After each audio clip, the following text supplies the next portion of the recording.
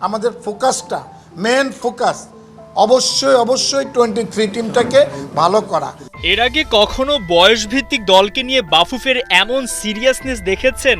একের পর এক মিটিং, পরিকল্পনা, চাই রেজাল্ট, শিরোপা টপকাতে বাছাই পর্বের বাধা।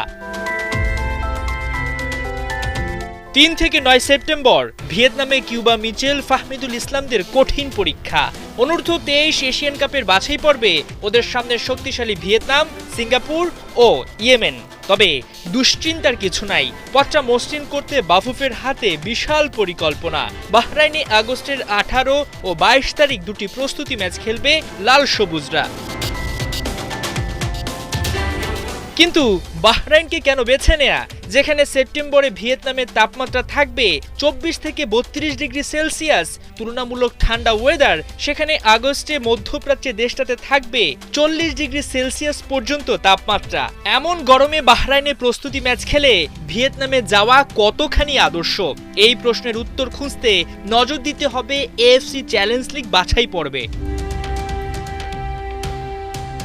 ১২ আগস্ট কাতারের সিরিয়ার ক্লাব আল কারামা এফসির বিপক্ষে খেলবে বসুন্ধরা কিংস। কাতারের তাপমাত্রা এই সময়টায় থেকে ৪০ ডিগ্রি সেলসিয়াস পর্যন্ত। অনূর্ধ্ব-২৩ স্কোয়াডের বেশ কয়েকজন ফুটবলার খেলবেন বসুন্ধরার হয়ে।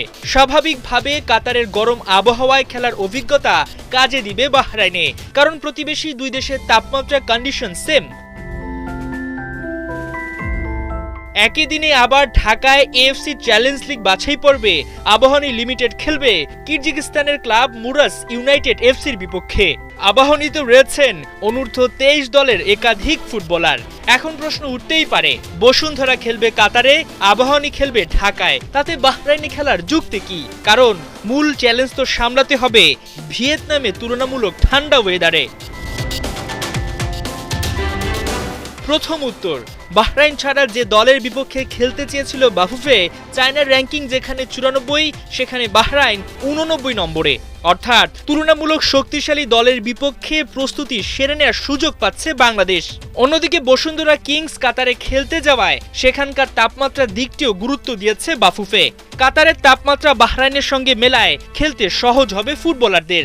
এছাড়া দেশের বাইরে প্রস্তুতি ম্যাচ নিশ্চয়ই এশিয়ান কাপের আগে চ্যালেঞ্জ জয় করার মানসিকতা তৈরি করবে, নিজেদের মধ্যে বোঝাপড়া বাড়াবে। অন্যদিকে আবাহনী ও বসুন্ধরাতে থাকা অনূর্ধ্ব-২৩ দলের ফুটবলাররা খেলার মধ্যে থাকায় ছন্দ হারাবে না। এখন জানা যাক তাহলে কবে থেকে শুরু হচ্ছে অনূর্ধ্ব-২৩ দলের ক্যাম্প। আগস্টের শুরুতে ফর্টিস গ্রাউন্ডে ১০ থেকে ১২ জন ফুটবলারকে নিয়ে ক্যাম্প শুরু করবেন সাইফুল বারী টিটু। এ সময়টায় চ্যালেঞ্জ লিগ বাছাই পর্ব নিয়ে ব্যস্ত থাকবে আবাহনী ও বসুন্ধরার ফুটবলাররা। চ্যালেঞ্জ লিগ শেষে ১৪ আগস্টের মধ্যে দেশে ফেরার কথা বসুন্ধরার। এরপর সেখানকার ফুটবলাররা যোগ দিবে ক্যাম্পে।